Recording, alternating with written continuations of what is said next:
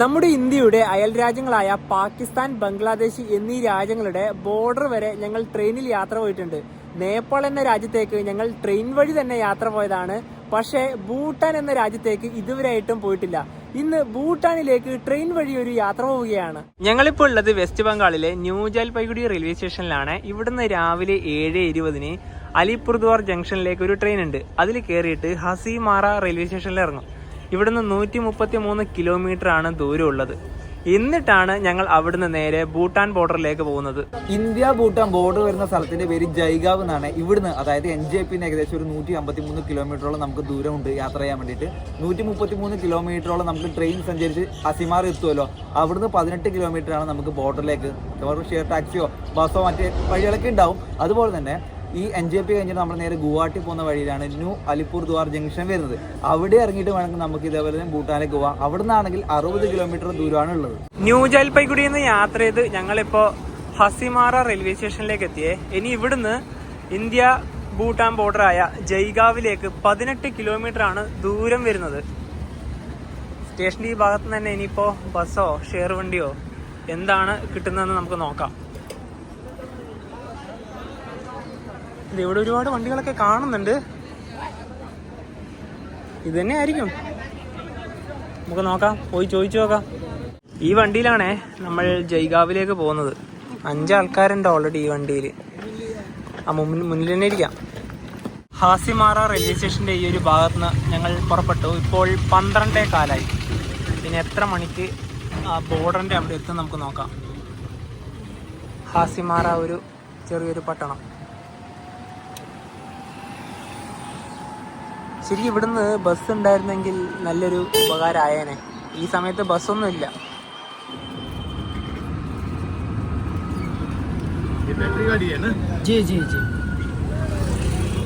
എന്തായാലും ഒരു 20 മിനിറ്റോളം സമയം എടുക്കുമെന്ന് വിശ്വസിക്കാം. ഇത് അത്യാവശ്യത്തിന് വലിയൊരു പട്ടണം തന്നെയാണ്.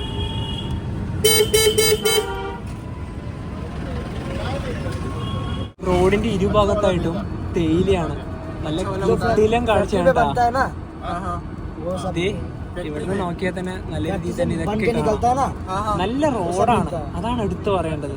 ഈ ഹസിമാറയിന്ന് സിലിഗുഡി ഭാഗത്തേക്ക് ബസ് സർവീസ് ഒക്കെ ഉണ്ട്. അപ്പൊ നിങ്ങൾ ന്യൂ ജൽപൈഗുഡി ഭാഗത്തുനിന്ന് ബസ്സിന് കയറിയിട്ടും വേണമെങ്കിൽ ഇങ്ങോട്ട് വരാം. ഈ ഭാഗത്ത് കൂടുതലും ആൾക്കാരൊക്കെ താമസിക്കുന്ന വീടുകളാണ്. ജയ്ഗാവ് റൈറ്റിലേക്ക്, അപ്പോൾ ഹൈവേയിലേക്ക് കയറുകയാണ്.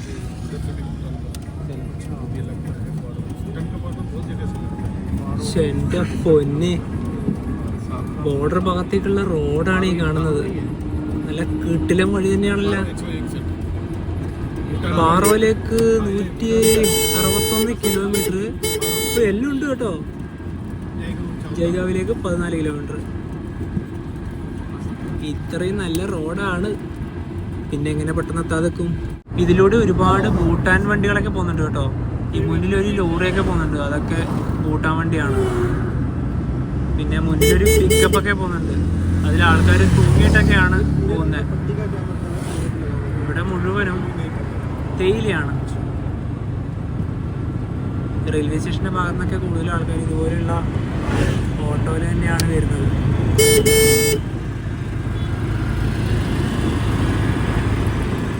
അങ്ങ് മുന്നിലായി ഒരുപാട് മലനിരകളൊക്കെ കാണുന്നില്ലേ, അത് തന്നെയാണ് ഭൂട്ടാൻ.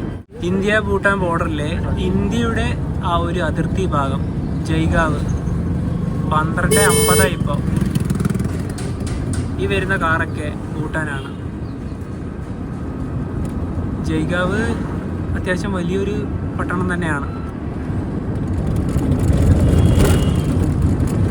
ഇവിടെ മുതലാണ് ടൗണിന്റെ ഭാഗങ്ങളൊക്കെ സ്റ്റാർട്ടിങ് ചെയ്യുന്നത്. നിങ്ങൾക്ക് വേണമെങ്കിൽ ഈ ജയ്ഗാവിൽ വന്നിട്ട് താമസിക്കാം. ഇവിടെയും ഒരുപാട് റെസ്റ്റോറൻറ്റുകളും ഹോട്ടൽസ് ഒക്കെ അവൈലബിൾ ആണ്. ഇവിടെ കൂടുതലും ഇലക്ട്രിക് ഓട്ടോകളാണുള്ളത്. വരുന്ന വഴിക്കായാലും കണ്ടത് അത് തന്നെയാണ്. അപ്പൊ ഇത് തന്നെയാണ് ഈ നഗരത്തിന്റെ ഒരു പ്രധാനപ്പെട്ട ഭാഗം. यही है सर 40 मिनट का रास्ता तो नहीं है।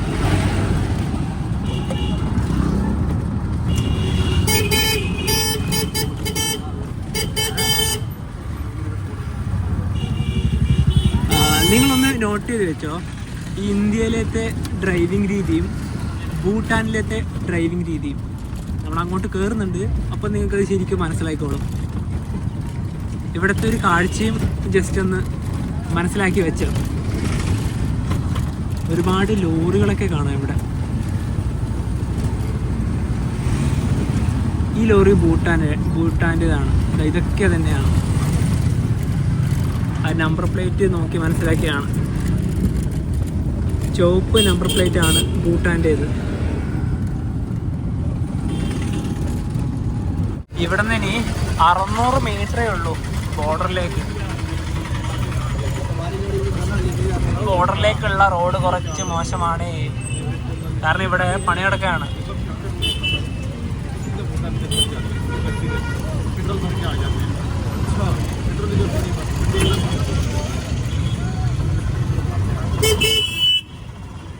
പാർക്കിംഗ് ഒക്കെ ഇവിടെയാണ്.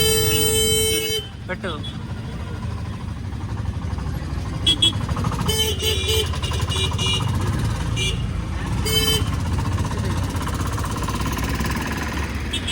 KFC, ഇവിടെ KFC ഒക്കെ ഉണ്ട്.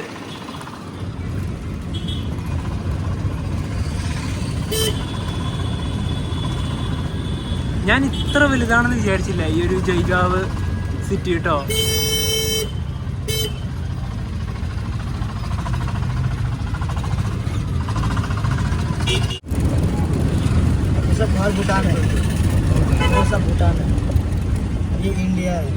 ഇത് ഇന്ത്യയും ഇനി ഇതിൻ്റെ അപ്പുറത്ത് ഭൂട്ടാനുമാണ്. അതാണ് ഭൂട്ടാൻ്റെ ഗേറ്റ്. ആ ഗേറ്റ് കടന്ന് അപ്പുറത്തെത്തിയാൽ നമ്മൾ ഭൂട്ടാനിലെത്തും. ഇവിടം വരെയാണ് ഈ വണ്ടി വരിക.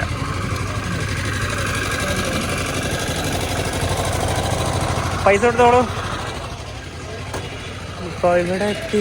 ഇനിയിപ്പോൾ നമുക്ക് അങ്ങോട്ടാണ് പോകാനുള്ളത്. റെയിൽവേ സ്റ്റേഷൻ്റെ അവിടെ നിന്ന് ഷെയർ വണ്ടിക്ക് ഒരാൾക്ക് വന്ന ചാർജ് 60 രൂപയാണ്.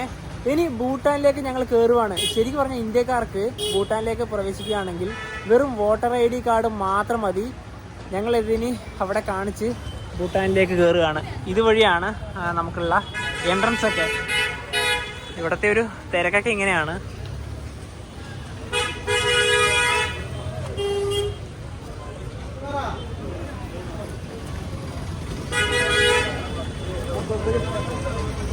ഇവിടെ ഇപ്പം ഇന്ത്യൻസും ഉണ്ട്, ഭൂട്ടാനിലത്തെ ആൾക്കാരും ഉണ്ട്.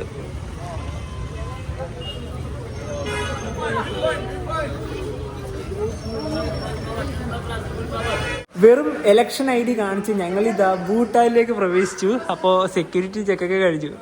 അപ്പോൾ ഔദ്യോഗികമായി ഞങ്ങളുടെ 3ാമത്തെ രാജ്യമായ ഭൂട്ടാനിലേക്ക് ഇതാ കയറുകയാണ്. എമിഗ്രേഷൻ്റെ ഭാഗത്ത് ടൂറിസ്റ്റുകൾക്ക് വേറെ തന്നെ എൻട്രി ഉണ്ട്. നമ്മൾ ഒരുപാട് ദിവസം ഇവിടെ നിൽക്കുവാണെങ്കിൽ ഇങ്ങോട്ടാണ് പോകേണ്ടത്. ഞങ്ങളിപ്പോൾ കുറച്ച് മണിക്കൂറല്ലേ ഉള്ളൂ, അപ്പോൾ ഈ ഭാഗത്തേക്കാണ് പോകേണ്ടത്. ഇമിഗ്രേഷനിലെ പരിപാടികളൊക്കെ കഴിഞ്ഞ് ഞങ്ങൾ ഔദ്യോഗികമായി ഞങ്ങളുടെ 3ാമത്തെ രാജ്യമായ ഭൂട്ടാനിലേക്ക് കയറി. ഇന്ത്യയിൽ നിന്ന് പെട്ടെന്ന് തന്നെ ഭൂട്ടാനിലേക്ക് കയറിയപ്പോൾ ഞങ്ങൾക്ക് കാണാൻ സാധിച്ചൊരു കാഴ്ച ഈ ഒരു സൈലന്റ് തന്നെയാണ്. നേരത്തെ അവിടെ കണ്ടായിരുന്ന ഒരു റഷും ഇവിടുത്തെ ഒരു ഇത് നിങ്ങൾ തന്നെ ഒന്ന് ജസ്റ്റ് നോക്കിയേ. അതുപോലെ തന്നെ ഇവിടെ പെഡസ്ട്രിയൻ ടെർമിനൽ എന്നൊക്കെ പറഞ്ഞ് എഴുതി കാണാം. ആ മുന്നിൽ തന്നെ ഉള്ളവർ ടാക്സിക്കാരൊക്കെ തന്നെയാണ്. എവിടെ പോകണം, നിങ്ങൾ എത്ര ദിവസം ഉണ്ട്, റൂം വേണോ, അങ്ങനെ ഒരുപാട് കാര്യങ്ങൾ അവർ ചോദിച്ചു. ഇനി ഞങ്ങളിതാ ഇതുവഴി നടക്കുകയാണ്. നമ്മളെന്തായാലും ഒരു 2 മണിക്കൂറിലധികം ഈ ഒരു ഭൂട്ടാനിൽ ഇന്നുണ്ട്. ഈ എമിഗ്രേഷൻ്റെ ഈ ഒരു ഓഫീസുള്ള ഈ ഭാഗത്ത് തന്നെ ഒരുപാട് ലിക്കർ ഷോപ്പുകളൊക്കെ ഉണ്ട് കേട്ടോ. വണ്ടിയുടെ ഹോൺ ശ്രദ്ധിക്കാൻ വേണ്ടി ലിക്കറിനൊക്കെ എത്ര പൈസ ഉണ്ടാവും നോക്കുന്നതാണ് അത്. ചെറിയ പൈസക്ക് സാധനം വാങ്ങിച്ചു കേട്ടോ അല്ലേ. ഇവിടെ എല്ലാ സാധനം ഉണ്ട് കേട്ടാ. റെഡ് ലേബലുണ്ട്, ബ്ലാക്ക് ലേബലുണ്ട്, എല്ലാം ഉണ്ട്. ഇതാ ഓരോ സാധനങ്ങളും മൊത്തത്തിലൂടെ കാണാം. ഇത് ഭൂട്ടാനിലേക്ക് പറ്റുള്ളൂ, കാരണം നമുക്ക് കടത്തണം കസ്റ്റംസിന്റെ അവര് വെറുതെ വിടൂലല്ലോ. ഹോൺ അടിയില്ല, അതാണ് എടുത്തു പറയേണ്ട ഒരു കാര്യം. നമ്മൾ ശരിക്കും പറഞ്ഞാല് ഇതൊന്നും മനസ്സിലാക്കേണ്ട കാര്യം തന്നെയാണ്. ഭൂട്ടാനിൽ വന്നിട്ട് എന്തെങ്കിലും ഒരു ഒച്ചപ്പാടായിട്ട് കേൾക്കുന്നുണ്ടാ. ഈ ഭാഗത്തെ വൃത്തി നോക്കിയേ. ഇവിടെയൊക്കെ ഒരുപാട് ഹോട്ടൽസൊക്കെ ഉണ്ട്. അതായത് നിങ്ങൾക്ക് ഈ ജയ്ഗാവിൽ വന്നിട്ട് ജയ്ഗാവിൽ സ്റ്റേ ചെയ്യാതെ ഇവിടേക്ക് കയറിയിട്ട് ഇവിടെ സ്റ്റേ ചെയ്യാം. അതൊക്കെ നിങ്ങളുടെ ഇഷ്ടമാണ്. ഒരു ഹാൻഡിക്രാഫ്റ്റ് കട. നമ്മളിനി ഇവിടുന്ന് നല്ലൊരു ലൊക്കേഷൻ നോക്കട്ടെ.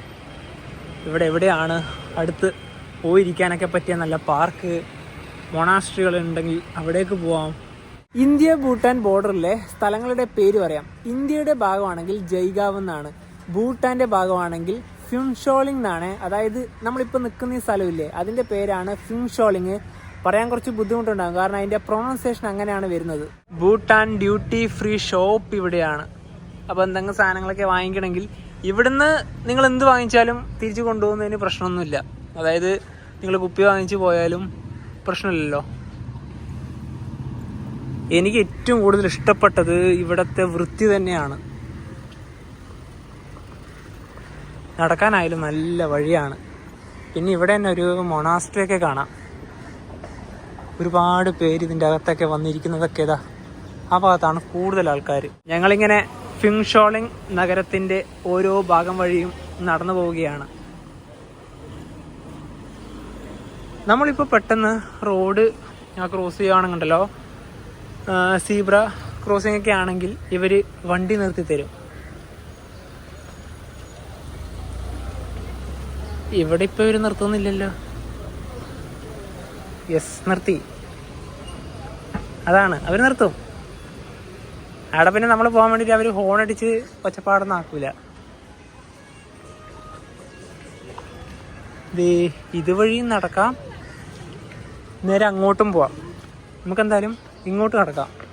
ഒരു സൈക്കിളൊക്കെ ഉണ്ടായിരുന്നെങ്കിൽ അങ്ങ് ചവിട്ടി പോവായിരുന്നു. ഇതൊക്കെ ഇവിടുത്തെ ടാക്സികളാണ്. ഈ ടാക്സികളുടെ നമ്പർ പ്ലേറ്റ് യെല്ലോ ആണ്. ബാക്കി പ്രൈവറ്റ് വണ്ടികളുടേതാകാം റെഡ്. ഇതൊക്കെ ലിക്കർ ഷോപ്പാണ്.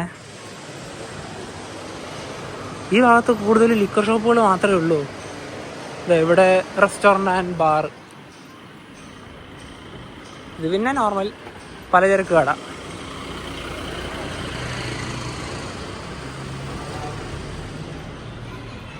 എടാ, ഒരു കാര്യം മറന്നു അല്ലേ? നമുക്ക് പൈസ ഒന്ന് ചേഞ്ച് ആക്കണ്ടേ? പൈസ മാറണല്ലേ? അത് നമ്മുടെ ഇന്ത്യൻ രൂപയും അല്ല, ഇന്ത്യൻ രൂപ ഇവിടെ മിക്കവാറും എടുക്കുമായിരിക്കും അല്ലേ? നേരത്തെ നോട്ട് ചെയ്ത് വെച്ചാണ്. അയ്യോ, അത് മറന്നുപോയി. ഒരു 500 രൂപക്കെങ്കിലും നമുക്കൊന്നൊരു ചേഞ്ച് വരുത്താമായിരുന്നു. ഇങ്ങോട്ടല്ല, ഇനി നേരെ. അത് ഞാൻ പറയട്ടെ, ഇനി ഇവിടുന്ന് നേരെ തിംഫു ആ ഭാഗത്തേക്കുള്ള റോഡുകളൊക്കെ ഗൂഗിൾ മാപ്പിൽ നിന്ന് കണ്ടിട്ടുണ്ടായിരുന്നോ? ഞാൻ നേരത്തെ വരുന്നതിന് മുമ്പ് നോട്ട് ചെയ്ത് വെച്ചിട്ടുണ്ടായിരുന്നു. ഇപ്പൊ നോക്കാൻ പറ്റില്ലല്ലോ, നെറ്റ്വർക്ക് കിട്ടുന്നില്ല. നെറ്റ്വർക്ക് കിട്ടുന്നില്ല. അതൊക്കെ ഒരുപാട് ദൂരെയാണ്. അവിടെ ആ ഒരു മലയുടെ ഭാഗത്ത് തന്നെ ഒരുപാട് കെട്ടിടങ്ങളൊക്കെ ഇതാ കാണാം. ഞങ്ങളിനി ചെറിയൊരു കയറ്റം കയറി പോവുകയാണേ. ഇവിടുത്തെ ഓരോ കെട്ടിടങ്ങൾക്കും പ്രത്യേക ഭംഗിയാണ്. എനിക്കതാ ഇഷ്ടപ്പെട്ടത്. ചിലതൊക്കെ കുറച്ച് പഴക്കം ചെന്ന കെട്ടിടങ്ങളായാൽ പോലും അതിനൊക്കെ അതിൻ്റെതായ ഒരു പ്രൗഢിയുണ്ട്. അത് ഈ ഭൂട്ടാനിലത്തെ ഓരോ നിർമ്മിതി അങ്ങനെ തന്നെയാണല്ലോ.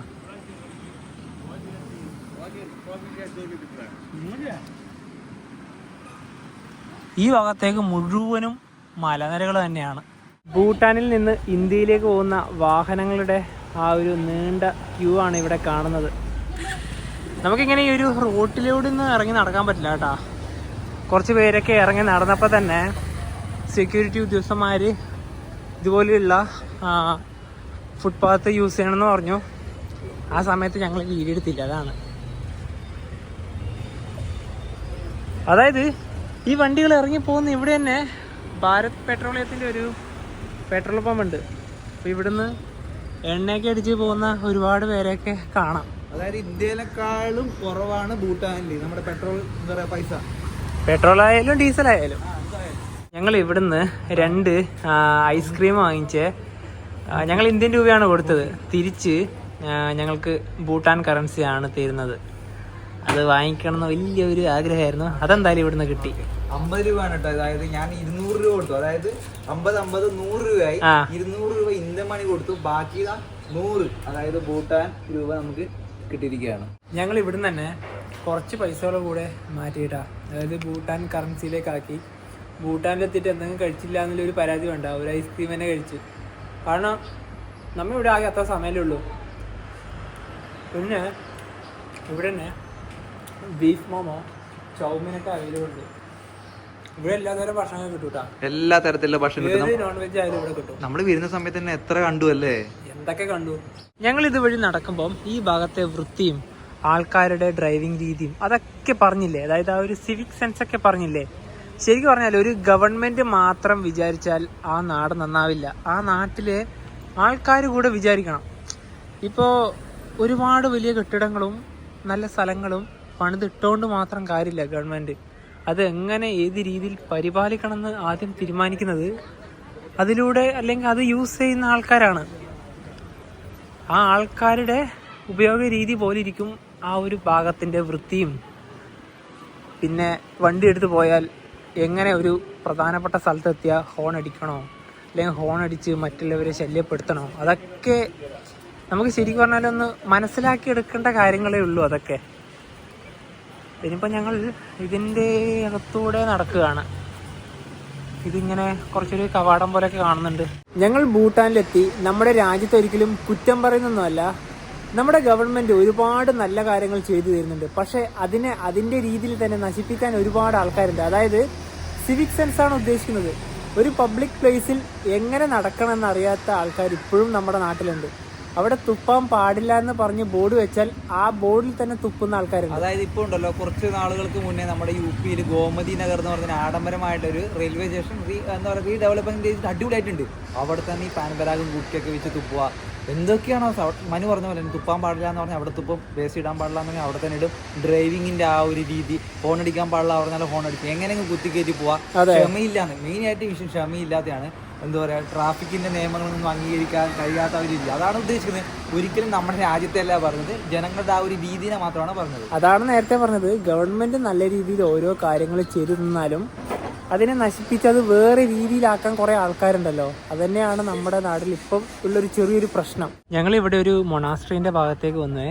ഈ ഭൂട്ടാനിൽ 75% ആൾക്കാരും ബുദ്ധമതത്തിൽപ്പെട്ടവരാണ്. ഇവിടെ നല്ല സൈലൻ്റാണ്. നമുക്ക് ഇവിടെ എവിടെയെങ്കിലും കുറച്ച് നേരം ഇരിക്കാം. കാരണം ഞങ്ങളിപ്പോൾ ഒരുപാട് നേരമായി നടക്കാൻ തുടങ്ങിയിട്ട്. ആദ്യം മൊണാസ്ട്രീൻ്റെ ഒരു കാഴ്ച കണ്ടതിന് ശേഷം ഇരിക്കാം.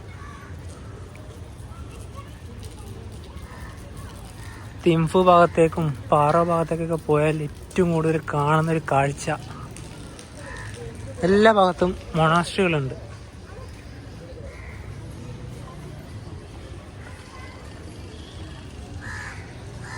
നല്ല രീതിയിൽ തന്നെയാണ് ഇതിൻ്റെയൊക്കെ നിർമ്മിതി. ഇന്ത്യയിൽ നിന്ന് ഭൂട്ടാനിലേക്ക് വരുന്ന സമയത്തുണ്ടല്ലോ, നമുക്ക് വെറും തിരഞ്ഞെടുപ്പ് കാർഡ് മാത്രം മതി. എന്നോട് തിരഞ്ഞെടുപ്പ് ID കാർഡ് മാത്രമേ ചോദിച്ചിട്ടുണ്ടായുള്ളൂ. പക്ഷെ മനുവിനോട് അതും ചോദിച്ചു. കൂടാതെ തന്നെ അവർക്കെന്തോ ഡൗട്ടൊക്കെ ചോദിച്ചുകൊണ്ടായിരിക്കാം അവർ ആധാർ കാർഡ് കൂടി ചോദിച്ചു. മാത്രമേ നമുക്ക് ആധാർ കാർഡ് മാത്രം ഉപയോഗിച്ച് ചില സമയത്ത് വരാൻ പറ്റണമെന്നൊന്നുമില്ല. തിരഞ്ഞെടുപ്പ് കാർഡാണ് മസ്റ്റായിട്ട് പറഞ്ഞത്. അല്ലെങ്കിൽ നമുക്ക് പാസ്പോർട്ട് ഉണ്ടെങ്കിലും മതി.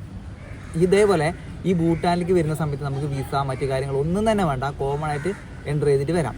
അതുപോലെ തന്നെ ഒരുപാട് മലനിരകളൊക്കെ നിറഞ്ഞ ഒരു അതിമനോഹരമായ ഒരു രാജ്യമാണ് ഭൂട്ടാൻ എന്ന് പറയുന്നത്. വലിപ്പത്തിൽ 133ാമത്തെ സ്ഥാനം, അതുപോലെ തന്നെ ജനസംഖ്യയിൽ 160 ഈ ഭൂട്ടാനിൽ വരുന്നത്. തലസ്ഥാനം വരുന്നത് തിംഫു ആണ്. തിംഫു എന്ന് വേണം നമുക്ക് പറയാം. ഇവിടുന്ന്, അതായത് ഈ ഫിൻഷോളിൽ നിന്ന് 165 കിലോമീറ്റർ ദൂരമാണ് അങ്ങോട്ടേക്കുള്ളത്. ഒരുപാട് സമയം എടുക്കും. നമ്മൾ കിലോമീറ്റർ പറഞ്ഞ പോലെയല്ല. നേപ്പാൾ ഭൂട്ടാനിലേക്കത്തെ റോഡ് എന്ന് പറഞ്ഞാൽ എന്താ പറയുക, മലനിരകളൊക്കെ നിറഞ്ഞിട്ടുള്ള ഒരു റോഡാണല്ലോ. അപ്പോൾ കൂടുതൽ യാത്രാ സമയം നമുക്ക് വേണ്ടി വരും. അതുപോലെ തന്നെ ഇവിടുന്ന് 160 കിലോമീറ്ററാണ് പാറോലേക്കുള്ളത്. അതുപോലെ തന്നെ ഭൂട്ടാനിൽ 20 ജില്ലകളായിട്ടാണ് രാജ്യത്തെ തരംതിരിച്ചിരിക്കുന്നത്. അതായത് ജില്ല എന്ന് പറയുമ്പം നമ്മളിപ്പം നമ്മുടെ ഇന്ത്യനെ സ്റ്റേറ്റ് ആയിട്ട് തരംതിരിക്കുന്നുണ്ടല്ലോ, അതേപോലെ ഇതിനെ പറയുന്നവർ സൊങ്കാഗ് എന്നാണ്. അങ്ങനെ 20 സൊങ്കാഗുകളായിട്ടാണ് ഈ പറഞ്ഞൊരു രാജ്യത്തെ തരംതിരിച്ചിരിക്കുന്നത്. അതിൽ ചുങ്ക ജില്ലേൻ്റെ ആസ്ഥാനമാണ് ഈ വരുന്ന ഫിൻഷോളിങ്. അതായത് മെയിനായിട്ടുള്ള ഭൂട്ടാനത്തെ ഒരു നഗരം കൂടിയാണ്. മുംബൈ ബാങ്ക് ഓഫ് ഭൂട്ടാൻ്റെ ആസ്ഥാനമൊക്കെ വന്നത് ഈ നഗരമാണ്. പിന്നീടാണ് അത് തിമ്പുവിലേക്ക് മാറ്റിയത്. ഈ ഭൂട്ടാനിൽ രാജഭരണമാണ് കേട്ടോ. അതുപോലെ തന്നെ ഇവിടുത്തെ പൈസ അതൊക്കെ നമുക്കൊന്ന് കാണണ്ടേ. ഇതാണ് കേട്ടോ 100 രൂപ വരുന്നത് ഇങ്ങനെയാണ്. ഇപ്പം ഇവിടെ എഴുതിയിട്ടുണ്ട് ഭാഷ, നമുക്കിത് വായിക്കാൻ അറിയില്ലല്ലോ എന്തായാലും. അതുപോലെ തന്നെ ഇവിടെ 100 ഗൾട്രം എന്ന് വായിക്കാൻ പാടില്ല, ഗൾട്രം എന്നാണ് പറയാ കേട്ടോ. അപ്പൊ ഇവിടെ അതിന്റെ എന്തൊക്കെ എഴുതി വെച്ചിട്ടൊക്കെ ഉണ്ട്. പിന്നെ ഇതാ നമുക്ക് 20 രൂപയാണ് കേട്ടോ. 20 ഗൾട്രം അവിടെ എഴുതിയിട്ടുണ്ട്. പിന്നെ നമുക്ക് വരുന്നത് 10 രൂപ. 10 രൂപ 10 ഗൾട്രോപ്പ്. ഇതങ്ങനെയാണ് ഇതിന്റെ ഭൂട്ടാനീസ് വരുന്നത്. ഒരു 5 രൂപയും കൂടെ കിട്ടിയിട്ടുണ്ടല്ലോ. നോക്കട്ടെ, ഇതാണ് 5. ഇതാണ് 5 വരുന്നത്. ഇതാ 5 ഗൾട്ര എന്ന് എഴുതിയിട്ടുണ്ട്. അങ്ങനെയാണ് നമുക്ക് ഭൂട്ടാനീസ് കറൻസി കൂടെ കിട്ടിയിട്ടുണ്ട്. എനിക്കൊന്ന് ഞങ്ങൾക്ക് ശ്രീലങ്ക റുപ്പീസ് ഉണ്ട്, പിന്നെ ഏതാ LKR ഉണ്ട്. ഇപ്പം നേപ്പാൾ പോയ സമയത്ത് കിട്ടിയിട്ടുണ്ട്. ഭൂട്ടാനും അങ്ങനെ ആയിട്ടുണ്ട്. ഇത് ഞങ്ങൾ ശേഖരിച്ചു വെക്കുന്ന കേട്ടാ. ഇത് ഞങ്ങൾ ഇവിടെ കൊടുക്കൊന്നുമില്ല. ഇത് നമുക്ക് അല്ലേ ഇതെല്ലാം ഞാൻ ശേഖരിക്കുന്നുണ്ട്. ഇപ്പൊ എന്റെ വീട്ടിൽ തന്നെ ഞാൻ നല്ല രീതിയിൽ ഡയറിയിൽ ഇങ്ങനെ എഴുതി വെച്ചിട്ടുണ്ട്. അതുപോലെ തന്നെ ഇതൊക്കെ സൂക്ഷിച്ച് വെച്ചിട്ടുണ്ട്. ഞങ്ങൾ ഏകദേശം 2 മണിക്കൂറോളാണ് ഭൂട്ടാനിൽ ഉണ്ടായിരുന്നത്. ഇനിയിപ്പോ ഇവിടുന്ന് ഞങ്ങൾ തിരിച്ചിറങ്ങുകയാണ്. അപ്പോൾ ഒരുപാട് സന്തോഷം. ഞങ്ങൾ ഒരു പുതിയ രാജ്യത്തേക്കും കൂടെ വന്നു. പെട്ടെന്ന് തന്നെയാണ് ഒരു രാജ്യത്തുനിന്ന് തിരിച്ചിറങ്ങുന്നതും. എന്തായാലും നല്ലൊരു അനുഭവം തന്നെയാണ് ഭൂട്ടാനിലെത്തിയതിന് ശേഷം ഞങ്ങൾക്ക് ഉണ്ടായത്. എന്തായാലും ഞങ്ങൾ ഭൂട്ടാനിൻ്റെ മറ്റ് ഭാഗങ്ങളിലേക്ക് ഉടനെ തന്നെ വരുന്നുണ്ട്. തിമ്പു അതുപോലെ തന്നെ പാറോ ആ ഭാഗത്തേക്കൊക്കെ പോകണം. അത് സ്വന്തമായിട്ട് വണ്ടിയൊക്കെ എടുത്ത് പോകുന്നതാണ് കുറച്ചും കൂടെ ബെറ്റർ ആയിട്ട് തോന്നുന്നത്. ഞങ്ങളങ്ങനെ ഭൂട്ടാനിൽ നിന്ന് ഇന്ത്യയിലേക്ക് വന്നു. നേരെ ഇവിടെ എത്തിയപ്പോഴത്തേക്കുള്ള കാഴ്ചകളാണ് ഈ കാണുന്നതൊക്കെ. ഇനിയിപ്പോൾ ഞങ്ങൾ തിരിച്ച് റെയിൽവേ സ്റ്റേഷൻ്റെ ഭാഗത്തേക്ക് നമ്മൾ ഇങ്ങോട്ടൊരു വണ്ടി വന്നില്ലേ, ആ ഒരു ചേട്ടനെ തന്നെയാണ് പറഞ്ഞത്. അതങ്ങ് ആ ഭാഗത്താണ്. ഞങ്ങൾ ഇങ്ങോട്ട് ജസ്റ്റ് ഒന്ന് വന്നതേ ഉള്ളൂ. ഈ ഗേറ്റ് വഴി നമുക്ക് പോകാൻ പറ്റുക വണ്ടി ഉണ്ടെങ്കിൽ മാത്രമാണ്. അത് വെറൈറ്റി ഒരു എക്സ്പീരിയൻസ് തന്നെയാവും. ഇതാണ് ആ ഒരു പ്രവേശന കവാടം, മറ്റൊരു രാജ്യത്തേക്കുള്ള ഒരു ഇൻ്റർനാഷണൽ ബോർഡർ. കാറുകളൊക്കെ നിരനിരയായി കയറി പോകുന്നത് കാണാം. നമ്മൾ ആദ്യം ഷെയർ ടാക്സി വന്ന് ഇറങ്ങിയ ഭാഗമില്ലേ, അവിടെ തന്നെയാണ് നമ്മൾ വീണ്ടും വന്ന് നിൽക്കുന്നത്. ഈ ഭൂട്ടാനിലേക്ക് ഒരു ദിവസത്തേക്ക് മാത്രമാണ് നിങ്ങൾ വരുന്നതെങ്കിൽ വലിയ എക്സ്പെൻസീവ് ഒന്നും ആവില്ല. ഒരുപാട് നാളൊക്കെയാണ്, നല്ല ചിലവ് തന്നെ വരും. പിന്നെ ഇവിടുത്തെ സമയത്തിൽ വ്യത്യാസമുണ്ട്. അരമണിക്കൂറാണ് കേട്ടോ ഇവിടുത്തെ വ്യത്യാസം. കാരണം ഇന്ത്യയെക്കാട്ടിയും അരമണിക്കൂർ കൂടുതലാണ് ഇവിടെ. ഭൂട്ടാനിൽ നിന്നും ഒരു ബീഹാർ രജിസ്ട്രേഷൻ ബസ് ഇറങ്ങി വരികയാണ്. ഞങ്ങളിനിപ്പോൾ തിരിച്ച് നേരെ റെയിൽവേ സ്റ്റേഷൻ ഭാഗത്തേക്ക് പോവുകയാണ്. ഞങ്ങൾ ഇങ്ങോട്ട് വന്ന അതേ വണ്ടിയിൽ തന്നെയാണ് പോകുന്നത്. ഇപ്പോൾ ഭയ്യ തന്നെയാണ്. ഭയ്യ ആപ്കാ നാം ക്യാ ഹൈ ഭയ്യ? मेरा नाम राहुल महतो. രാഹുൽ. അപ്പോൾ ഈ ഭയ്യാണ് നമ്മളെ നേരെ സ്റ്റേഷനിലേക്കും സ്റ്റേഷൻ ഇങ്ങോട്ടും കൊണ്ടുവന്നത്. നമ്മുടെ സെയിം പ്രായമൊക്കെ തോന്നുന്നു അല്ലേ? തീർച്ചയായും അതിനേക്കാളും ചെറുപ്പാന്ന് തോന്നുന്നു. നല്ല ഗ്ലാസ് ഒക്കെ വെച്ച്. അതെ. घूमने के लिए हासीमारा स्टेशन पे मुझको कांटेक्ट करिए. ഓ मैं स्टेशन पे रहता हूँ. അതായത് आपको भूटान पे ले जाऊंगा घुमाने के लिए. പുള്ളി പറയുന്നത് ഹസിമാറ റെയിൽവേ സ്റ്റേഷനിൽ വരുവാണെങ്കിൽ പുള്ളിനെ കോൺടാക്ട് ചെയ്താൽ മതി. പുള്ളി ഇങ്ങോട്ട് കൊണ്ടുവന്ന് ആക്കി തരും. ഭൂട്ടാനിലത്തെ കാര്യങ്ങളൊക്കെ പറഞ്ഞു തരും. അങ്ങനെയൊക്കെയാണ് പുള്ളി പറയുന്നത്. പക്ഷേ പുള്ളി നല്ല ഫ്രണ്ട്ലി ആണ് കേട്ടോ. ഞങ്ങൾക്ക് എന്തായാലും പുള്ളിയുടെ ആ ഒരു പെരുമാറ്റം ഇഷ്ടപ്പെട്ട്. എല്ലാ കാര്യങ്ങളും നല്ല രീതിയിൽ തന്നെയാണ് പറഞ്ഞു തന്നത്. ഇങ്ങോട്ട് വരുമ്പോൾ ചെറിയ പൈസയേ ഉള്ളൂ. ഇനി തിരിച്ചു പോകുമ്പോഴും ആ ഒരു 60 രൂപയല്ല 100 രൂപ കൊടുക്കേണ്ടി വരും. കാരണം ഞങ്ങൾ രണ്ടുപേരും മാത്രമല്ലേ ഈ വണ്ടിയിലുള്ളൂ. 18 കിലോമീറ്ററാണ് പോകാനുള്ളത്. 18 കിലോമീറ്റർ ഷെയറിംഗ് അല്ല കേട്ടോ. തിരിച്ചിങ്ങോട്ട് വരുമ്പോഴാണ് ഷെയറിംഗ് ഉണ്ടായത്. അതെ അതെ അതെ. അങ്ങോട്ട് പോകുന്ന സമയത്ത് നമ്മൾ 200 രൂപ മാക്സിമം കൊടുക്കേണ്ടി വരും. അത് കുഴപ്പമൊന്നുമില്ല. ഞങ്ങളിപ്പോൾ ഹസിമാറയിലെത്തിയേ. ഇവിടെ ഇപ്പോൾ ലെവൽ ക്രോസിംഗ് ആണ്. ഒരാവശ്യമില്ലാതെ വെറുതെ കിടന്ന് ഹോണടിക്കുകയാണ്. എല്ലാം കൊത്തിക്കേറുകയാണ് പിറ്റേക്കര. അങ്ങനെ ഹസിമാറ റെയിൽവേ സ്റ്റേഷനിലേക്ക് ഇതാ ഞങ്ങൾ എത്തിയിരിക്കുകയാണ്.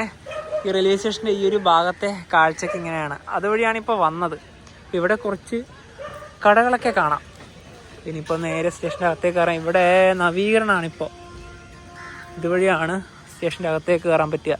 ഇവിടെ ഇപ്പം നല്ല രീതിയിൽ തന്നെയുള്ള പണികളൊക്കെ തന്നെയാണ് നടക്കുന്നത്. നമ്മളെ ട്രെയിൻ 4 മണിക്ക് ശേഷമാണ് ഇവിടുന്ന്. ഇപ്പോൾ 3:45 ഉള്ളൂ. കുറച്ച് സമയം കൂടി ഉണ്ട് ട്രെയിൻ വരാൻ. ഞങ്ങളിനി തിരിച്ച് നേരെ ന്യൂ ജൽപൈഗുഡിയിലേക്ക് പോവുകയാണ്. നേരിട്ട് ട്രെയിനൊന്നും തന്നെ ഇല്ല. സിലിഗുഡി ജംഗ്ഷനിലേക്കാണ് ട്രെയിൻ ഉള്ളത്. അതായത് അലിപുർദ്വാർ ജംഗ്ഷനിൽ നിന്ന് സിയാൽദയിലേക്ക് പോകുന്ന കാഞ്ചൻകന്യ എക്സ്പ്രസ്. അതിന്റെ കറന്റ് ബുക്കിംഗ് വഴി 2 സ്ലീപ്പർ ക്ലാസ് ടിക്കറ്റ് ഞങ്ങൾ ബുക്ക് ചെയ്തു. 4:15 ട്രെയിൻ ഇവിടെ എത്തുക. അതുപോലെ തന്നെ നമ്മൾ പോയ ബോർഡർ ഭാഗമായ ജയ്ഗാവ് അല്ലെങ്കിൽ അഷിമാർ എന്നൊക്കെ ആയാലും അലിപുർദ്വാറിലൊക്കെ ഒരുപാട് ബസ്സുകളൊക്കെ കിട്ടും. പിന്നെ അത് കൂടുതൽ സമയം എടുക്കുന്നതുകൊണ്ടാണ് ഞങ്ങൾ ട്രെയിനിൽ ടിക്കറ്റ് ബുക്ക് ചെയ്തത്. अलीपुरद्वार जंक्शन शियालदा कांचनकन्या एक्सप्रेस एक नंबर प्लेटफॉर्म पर आ रही है. 4:15 എത്തേണ്ട വണ്ടിയാണ്. 4:36 കുറച്ച് ഡിലേ ആണ്. ഭൂട്ടാനോട് അടുത്ത് കിടക്കുന്നൊരു സ്റ്റേഷൻ തന്നെയാണ് ഹഷിമാറ. HSA എന്നാണ് സ്റ്റേഷൻ്റെ കോഡ്. WAP7 ആണ് ലോക്കോമോട്ടീവ്. സിയാൽദ ലോക്കോ ഷെഡിൻ്റെ ലോക്കോമോട്ടീവാണിത്.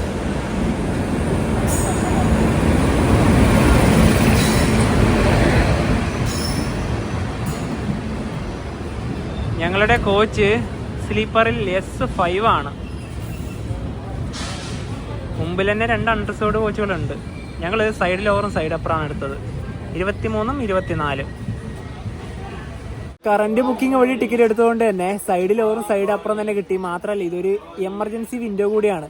ഇവിടുന്ന് സിലിഗുരി ജംഗ്ഷനിലേക്ക് ഒരാൾക്ക് വന്ന ടിക്കറ്റ് ചാർജ് 150 രൂപയാണ്.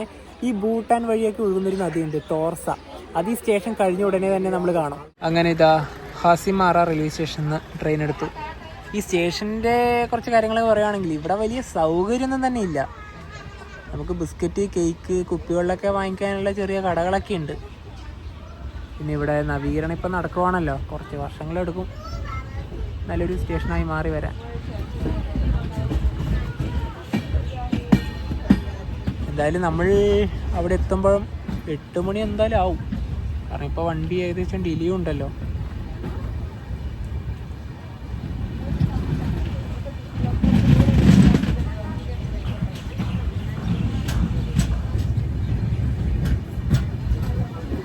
തോർസ നദി ഇതാ ഇവിടുന്ന് ക്രോസ് ചെയ്യാണ്.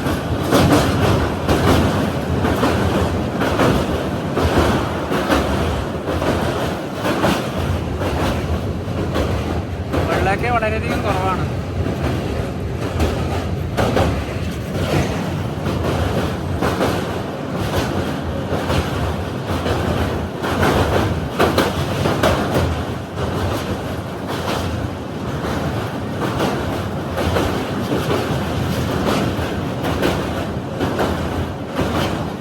റെയിൽവേ സ്റ്റേഷൻ തന്നെ 2 പാക്കറ്റ് കടല വാങ്ങിച്ചത്. നല്ല ഉപ്പൊക്കെ ഇട്ടുള്ള കടലയാണ്.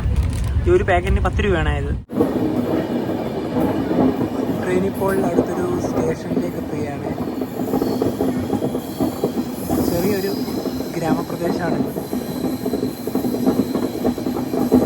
5:30 ഇപ്പം തന്നെ ഇവിടെ നല്ല ഇരുട്ട് വന്നു തുടങ്ങി. ഈ ഭാഗത്തൊക്കെ നേരത്തെ തന്നെ ഇരുട്ട് വരും. ഇവിടെയൊക്കെ മുഴുവനും വേസ്റ്റുകളാണ്.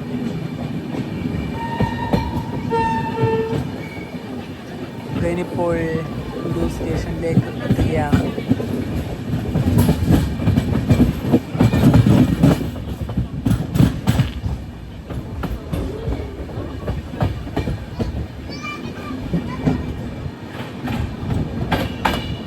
ഈ ട്രെയിൻ സ്റ്റോപ്പുണ്ട്. ഹസിമാറയിൽ നിന്നും 126 കിലോമീറ്റർ യാത്ര ചെയ്ത് ട്രെയിൻ ഇതാ സിലിഗുരി ജംഗ്ഷനിലേക്ക് എത്തുകയാണ്. ആന ഇറങ്ങുന്ന വഴിയാണ് നമ്മൾ വന്നത്. അതുകൊണ്ട് ട്രെയിൻ ഒരു 40 മിനിറ്റോളം ഡിലേ ആണ്. ഇപ്പോൾ 8:36 ഈ ട്രെയിനിന് ഇവിടെ നിന്ന് ഇപ്പോൾ ലോക്കോ റിവേഴ്സിലൊക്കെ ഉണ്ട്. നാളെ രാവിലെ ഒരു 8 മണിയൊക്കെ ആകുമ്പം ഈ വണ്ടി സിയാൽദയിലെത്തും. നമുക്കിനി നേരെ ന്യൂ ജൽപൈഗുഡി റെയിൽവേ സ്റ്റേഷന്റെ ഭാഗത്തേക്കാണ് പോകാനുള്ളത്. ഇവിടുന്ന് 7 കിലോമീറ്റർ ആണ് ദൂരം വരുന്നത്. സിലിഗുഡി ജംഗ്ഷന്റെ പുറത്തേക്ക് ഇറങ്ങിയേ ഇവിടെ ഒരുപാട് വണ്ടികളൊക്കെ കാണുന്നുണ്ട്. പിന്നെ ഇവിടെ തന്നെയാണ് ബസ് സ്റ്റാൻഡ്. എന്തായാലും ഇവിടുന്ന് ഷെയർ വണ്ടി കിട്ടുമോ നോക്കാം. ഇപ്പോൾ 8:50 ഇവിടുന്ന് കുറച്ച് പോയി കഴിഞ്ഞാൽ മെയിൻ റോഡ് എത്തും. അവിടെ നിന്നാലും കിട്ടും. ഇതെന്തായാലും പോകുന്നില്ല, വിളിക്കുന്നൊന്നുമില്ലല്ലോ ഇവരൊന്നും. ഒരു AC വോൾവോ പോകുന്നത് കാണാം.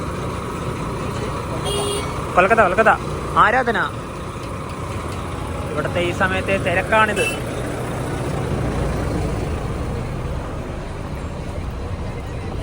കുറച്ച് ഒരു 200 മീറ്റർ നടന്നു കഴിഞ്ഞാൽ മെയിൻ റോഡ് എത്തും. അവിടെ നിന്ന് ഇഷ്ടം പോലെ വണ്ടികളുണ്ടാവും. ബസ് സ്റ്റാൻഡിൻ്റെ അവിടെ നിന്ന് മെയിൻ റോഡിലേക്ക് വന്നേ. ഇവിടെ നിന്ന് ഒരു വണ്ടി കിട്ടി. 2 പേർക്കും കൂടെ 80 രൂപ. 7 കിലോമീറ്റർ പോകാനുണ്ടല്ലോ. ശരിക്കും പറഞ്ഞാൽ ഇത് ലാഭം തന്നെയാണ്. ഇവിടെയൊക്കെ വന്നാൽ ഇതുപോലെയുള്ള ഷെയർ വണ്ടികളൊക്കെ ധാരാളം കിട്ടും. വണ്ടി ഇപ്പോൾ ഏതൊക്കെയോ മാർക്കറ്റിൻ്റെ ഒക്കെ അകത്തൂടെയാണ് പോയിക്കൊണ്ടിരിക്കുന്നത്. എല്ലാ ഭാഗത്തും നല്ല ബ്ലോക്കാണ്.